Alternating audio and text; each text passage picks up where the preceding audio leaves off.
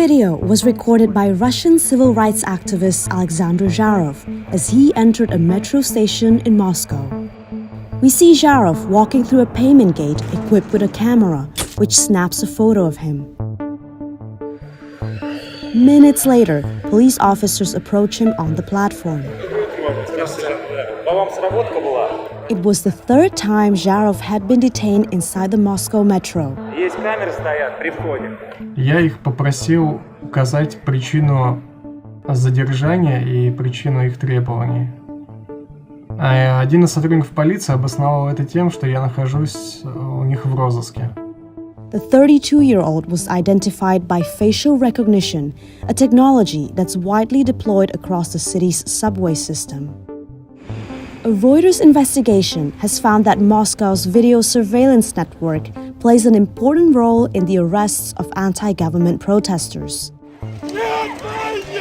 We also found that since Russia invaded Ukraine in February 2022, authorities have begun using facial recognition as a preventive measure to stop people from protesting in the first place. In Russia, we have a big brother who's watching for you every time, and people can talk more about political things.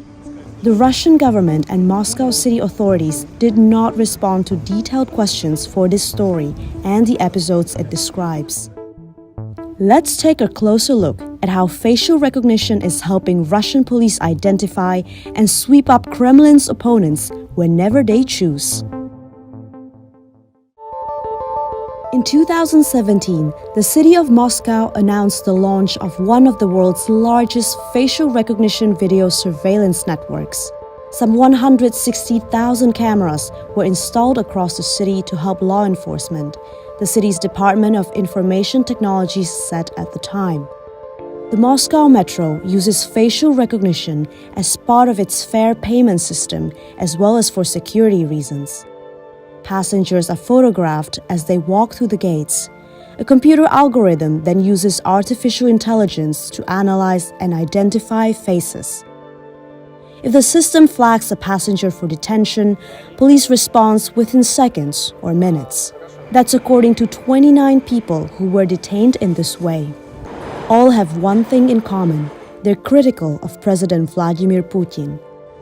Most have previously joined anti-government protests. Причина, почему меня задерживают в метро, я думаю, это связано с тем, что я проявляю гражданскую позицию, которая заключается в том, что я выступаю против войны России против Украины, а также против политических репрессий в стране. Our review of more than 2,000 court cases shows that these cameras have played an important role in the arrests of hundreds of protesters. Most of these people were detained in 2021 after they joined anti-government demonstrations. But after Russia invaded Ukraine, authorities began using facial recognition to prevent people from protesting in the first place. That's according to more than 24 detainees. 27-year-old Sergei Pinchuk is one of them. On my 9th, I was detained in a metro. I had been detained before 5 or 6 times, I don't remember, because of my political activities. But that detention, it was special, it was unusual, because I was detained for nothing. Just when I entered to the metro station, a police officer approached to me, grabbed me and said, "You're detained, come with me." Pinchuk says the police then took him to a nearby police station for interrogation. There was a police officer, Rogov, it's his last name. I remember that because he threatened me. He said that he put me in a prison for years. He grabbed my neck and beat me against the wall a couple of times, kicked by his foot. And he was really angry, he was violent. Yeah, that was a bad experience. Neither Pinchuk nor Zharov were charged with any offense. Russian and Moscow officials did not respond to Reuters' questions about the detention of Zharov, Pinchuk, or the other interviewees. The Kremlin referred detailed questions for this story to the Moscow mayor's office, which did not respond. And Russia's Interior Ministry, which oversees law enforcement, didn't respond to questions sent via the Kremlin.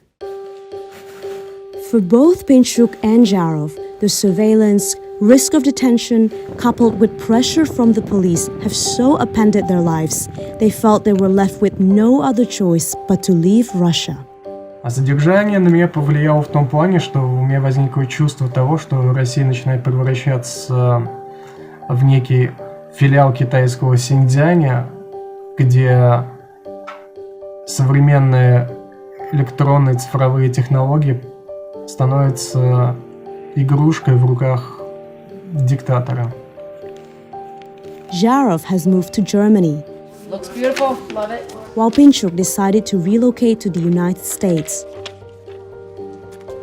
He now lives in Seattle and is seeking asylum. It all happened so fast. I didn't even regret in that moment, in that day. But then I realized that I left all my life here, my dog, my parents, my friends, you know. When I get in a car and go to the airport, yeah, I was crying a little bit there. That was last time when I was crying. I'm a sport addicted person. What kind of sports do you like playing? Obviously basketball.